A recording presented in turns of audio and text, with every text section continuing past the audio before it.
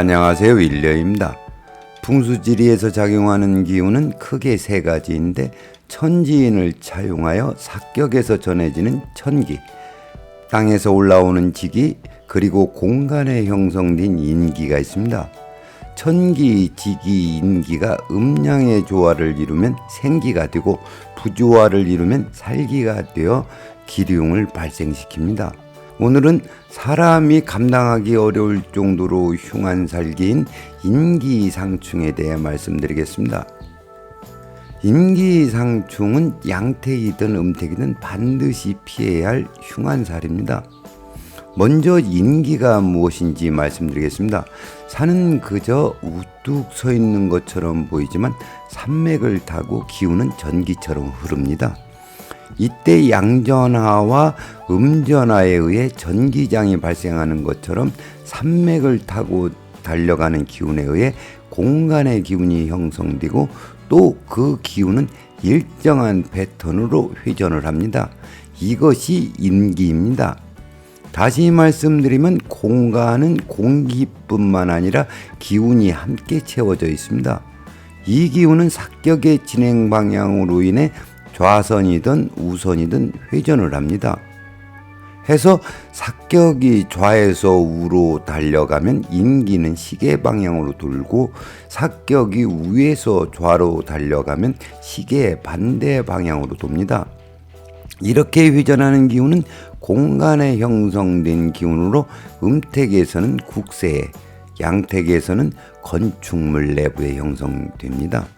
이때 좌선이든 우선이든 한쪽 방향으로 회전하는 것은 순리입니다. 그러나 좌선하는 기운과 우선하는 기운이 충돌하는 경우 인기상충이 발생하여 최악의 살기로 작용합니다. 제 경험상 음택이든 양택이든 인기상충이 발생하면 사람이 죽든지 아니면 뜻하지 않는 사건 사고에 휘말리는 경우가 있고 그 영향으로 태어난 자손은 포악하거나 범법자, 특히 사이코패스와 같은 정신병자가 태어날 가능성이 큽니다. 지금까지 설명한 인기상충이라는 단어가 기존 풍수 용어가 아니기 때문에 생소하겠지만 청룡과 백호가 서로 으르렁거리며 싸우는 용호상박과 용호상충을 생각하시면 쉽게 이해하실 수 있습니다. 이때 용호상박과 용호상충은 형기적으로 눈에 보이지만 인기상충은 눈으로 볼 수 없는 기적작용이라는 데 차이가 있습니다. 지금부터 역사적 사례를 통해 인기상충이 얼마나 무서운 흉살인가를 설명하겠습니다. 오늘의 주인공은 조선 14대 왕 선조와 그의 자식들입니다. 그럼 시작하겠습니다. 보시는 이미지가 국립서울현충원 안에 있는 창빈안씨 묘소입니다. 풍수계에서는 이곳을 명당이다 아니다로 설왕설래하지만 명당이 확실합니다. 현충원이 건립되면서 원형이 많이 훼손되었지만 진열에 적확하게 점열되었다는 것은 분명합니다. 이곳에 모셔진 창빈안씨는 중종의 후궁으로 덕흥군을 낳았으며 덕흥군은 선조의 아버지입니다. 선조는 원래 서자 출신으로 왕위 계승을 꿈꿀 처지가 아니었습니다.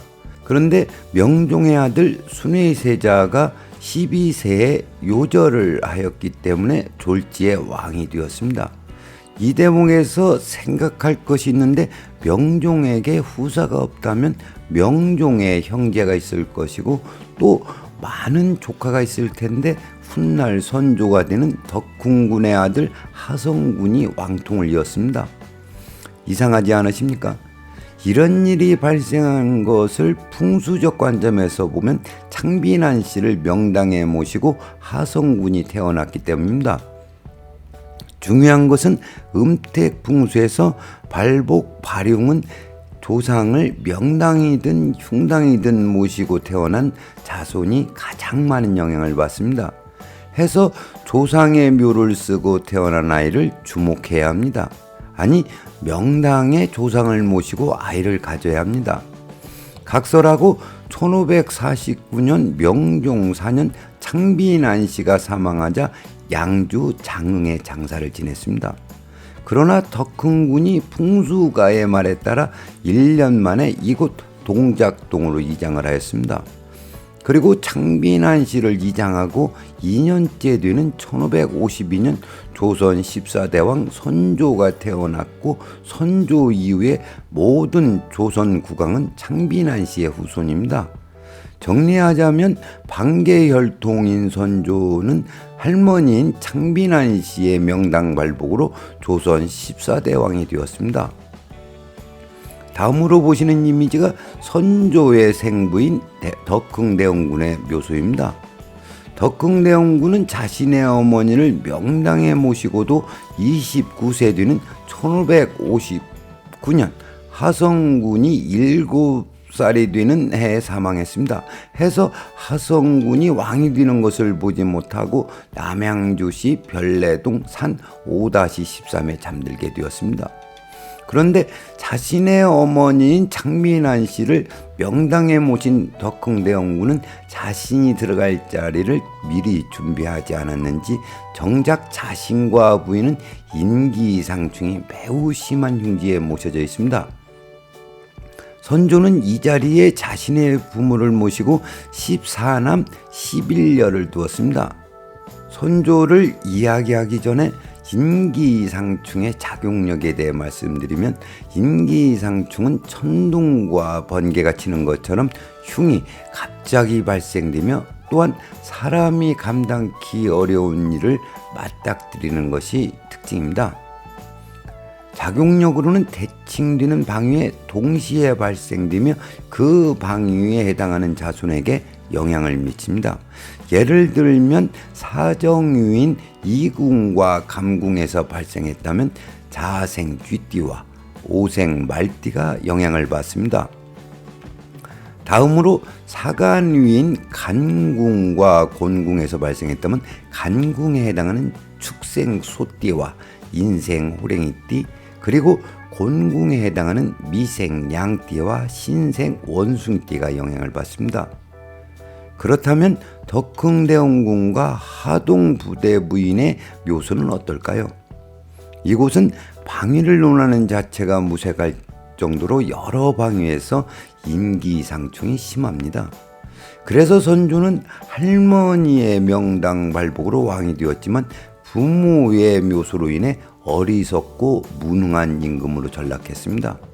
그뿐만 아니라 그의 옹졸하고 편협한 정신세계는 임진왜란 때 백성을 내팽겨치고 의주로 출행랑을 쳤으며, 또 당쟁으로 1천여 명이 넘는 유학자를 죽였습니다. 오죽했으면 대사관을 지낸 이발은 선조에 대해 시기심이 많고 모질며 고집이 세다고 비판을 하였습니다. 다음으로 덕흥대원군을 이곳에 모시고 태어난 14명의 선조의 아들은 어땠을까요? 결론부터 말씀드리면 대부분 인간이기를 포기한 폐륜하였습니다. 광해군은 계모 임목대비를 패하고 이복 동생이 영창대군을 죽여 폐모살제라는 폐륜을 저질렀습니다. 그리고 임해군, 정원군, 순화군은 살인, 강간, 폭력, 재산 편취를 일삼았다고 조선왕조실록에 기록되어 있습니다. 특히 순화군은 살인을 밥 먹듯이 했다고 합니다. 속된 말로 폐악질을 일삼는 사이코패스였으며 인간 말종이었던 것입니다. 나머지 왕자들도 죽임을 당하거나 요절한 사람을 제외하면 도끼인 개끼니였습니다. 백번양부에서 자기 아버지가 한나라의 왕이니 한두 명의 문제아가 나올 수도 있습니다. 그러나 선조의 아들은 거의 다 폐륜아이고 그 정도가 매우 심하다는 것이 문제입니다. 이러한 자식이 나온 것은 인성교육이 부족해서 그런 것이 아닙니다. 왕대밭에 왕대나고 졸대밭에 졸대난다는 말이 있습니다. 풍수적 관점에서 보면 조부모의 묘를 인기상충이 심한 자리에 모셨기 때문에 이런 인간 말종이 태어났던 것입니다. 이제 오늘의 이야기를 정리하겠습니다. 제가 오랜 세월 연구한 결과 기존 풍수 논리로 설명되지 않는 대부분의 흉은 인기상충이며 음택이나 양택에 인기상충이 작용하면 사람의 능력으로 도저히 감당하기 어려운 일이 발생합니다. 해서 제일 먼저 고려해야 할 살기가 인기상충입니다. 오늘은 여기까지 하겠습니다. 시청해 주셔서 감사합니다.